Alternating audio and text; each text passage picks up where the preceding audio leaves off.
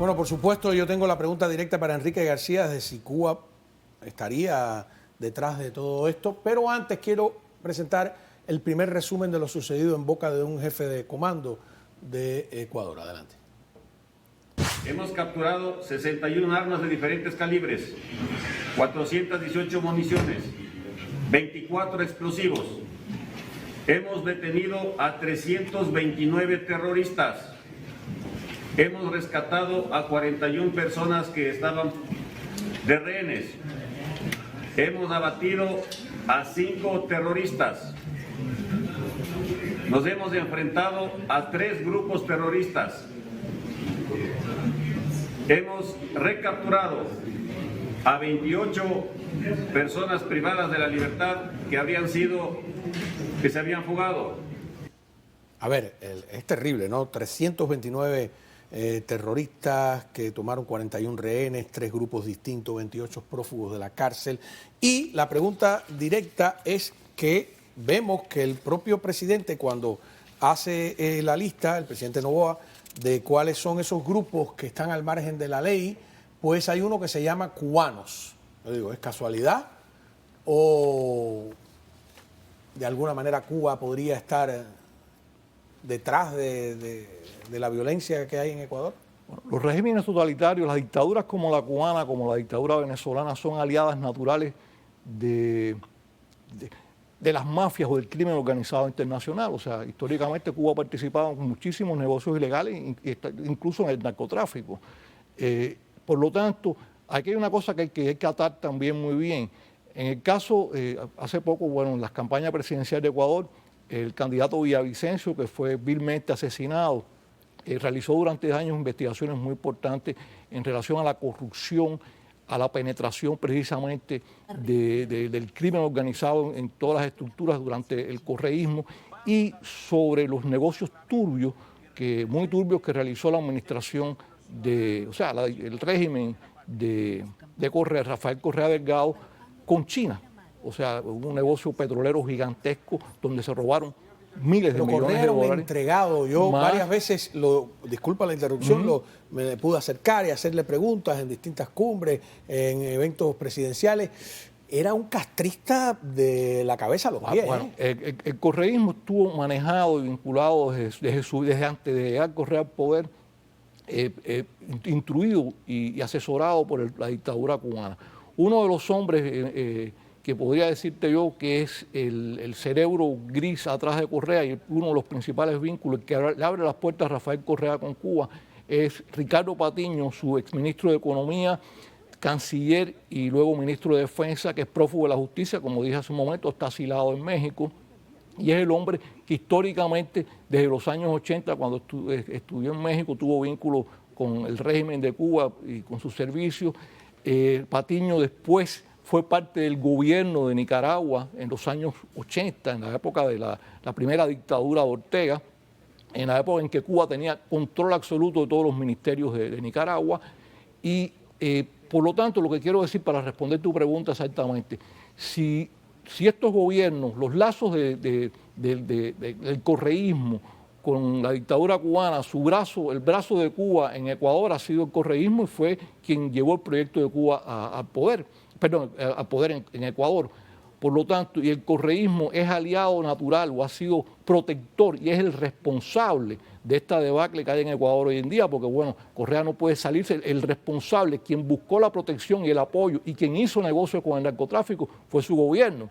Entonces, lógicamente, podemos inferir que la relación existe, que Cuba es la madre de la criatura, por decirlo de alguna manera.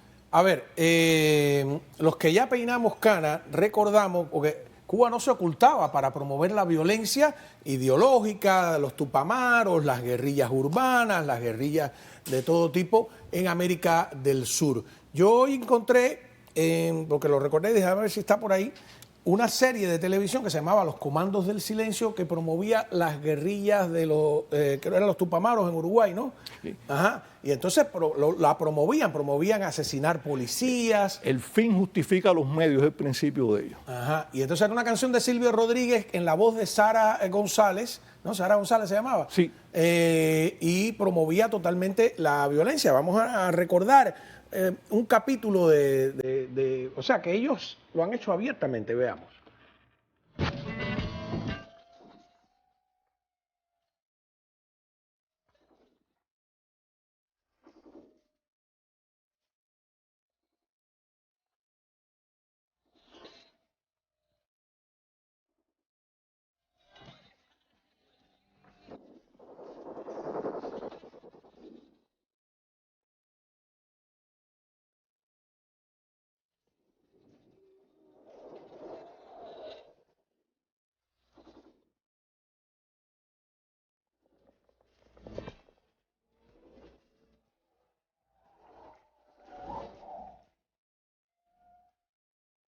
En esa, que eso es como una promoción o quizás era el opening del programa, fíjate que promueven, ahí asesinan a unos policías, le hacen un atentado a un político, o sea, era una promoción. Yo recuerdo también un documental de la televisión cubano, hecho por Cuba, que se lo vi en Panamá, donde ellos se vanagloriaban de entrenar a las guerrillas del Salvador en una escuela que se llamaba Fe del Valle, que quedaba en Batabano. La isla de Pino la tenían llena de extranjeros ahí, por eso le llamaron Isla de la Juventud. Bueno, manejaron el terrorismo en toda América Latina y parte del Medio Oriente. Y yo quería subrayar una cosa en el caso que está, en el caso de Uruguay, asesinaron a un secuestrado ciudadano norteamericano que era funcionario de la USAID, lo secuestraron.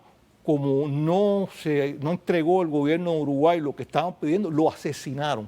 Un funcionario oficial diplomático del gobierno de los Estados Unidos. Ese grupo terrorista llegó a ser eso, grupo terrorista con lazos ineludibles con Cuba, como todos los grupos terroristas de América Latina, la gran mayoría de ellos lo han tenido.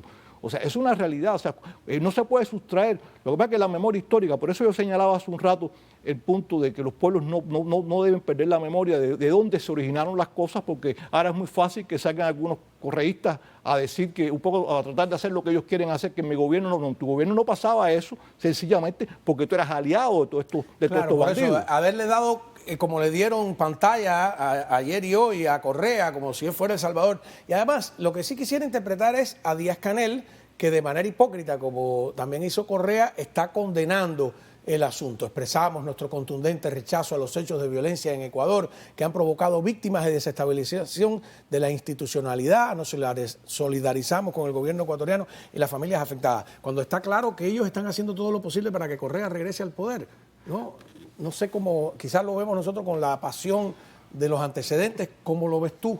No, yo creo que es el análisis correcto. Lamentablemente, y lo digo por experiencia, porque en Ecuador uno que está más cercano ve cómo la gente interpreta los hechos, pero no se da cuenta, incluso es algo que yo hace tiempo atrás yo reclamaba, el propio presidente Lasso en su tiempo y ahora el presidente Noboa no están uniendo los puntos y no son conscientes de toda la operación que hay detrás. Y esto es innegable, o sea, hay una infiltración justamente de cubanos. Y solo voy a poner un ejemplo. Cuando hubo el levantamiento de octubre del 2019 contra Lenín Moreno, una de las acciones que tomó el presidente Moreno en esa época fue sacar a todos los cubanos que estaban con supuestos servicios que los había dejado Correa, porque en general hay mucha infiltración en distintos lugares, y curiosamente la protesta, la supuesta protesta y todo eso fue bajando y eso le permitió salir adelante al presidente Moreno. Entonces hay que tener en cuenta una cosa,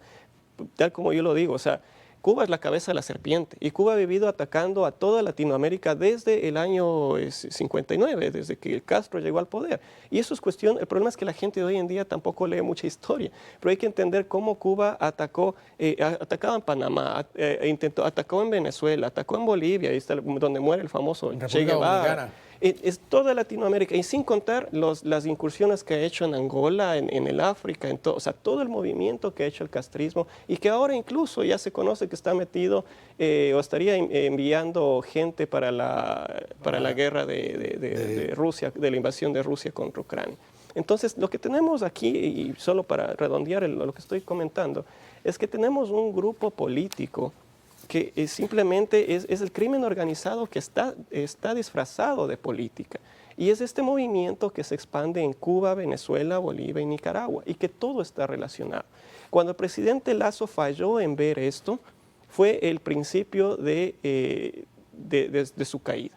Y es lo que le está pasando ahora al presidente. Claro, que lo Noboa. ven como un presidente muy joven, que apenas lleva 5 meses en el poder. 2 meses, menos de 2 Que, meses. ¿verdad? No, 5 meses del asesinato del Desde las candidato elecciones. presidencial Sí. y apenas lleva así Mes y un pico, mes y mes y algo, medio. un mes y algo, ni siquiera lleva 2 meses en el poder y mira ya lo que le están armando a Daniel Noboa. ¿Qué dijo él? ¿Qué dijo el presidente Noboa? ¿Podrá enfrentar esto? Porque ya lo están criticando, ¿eh? La izquierda lo está criticando. ¿Y por qué? Cuando está siendo la víctima. Ya verán cuando regresemos.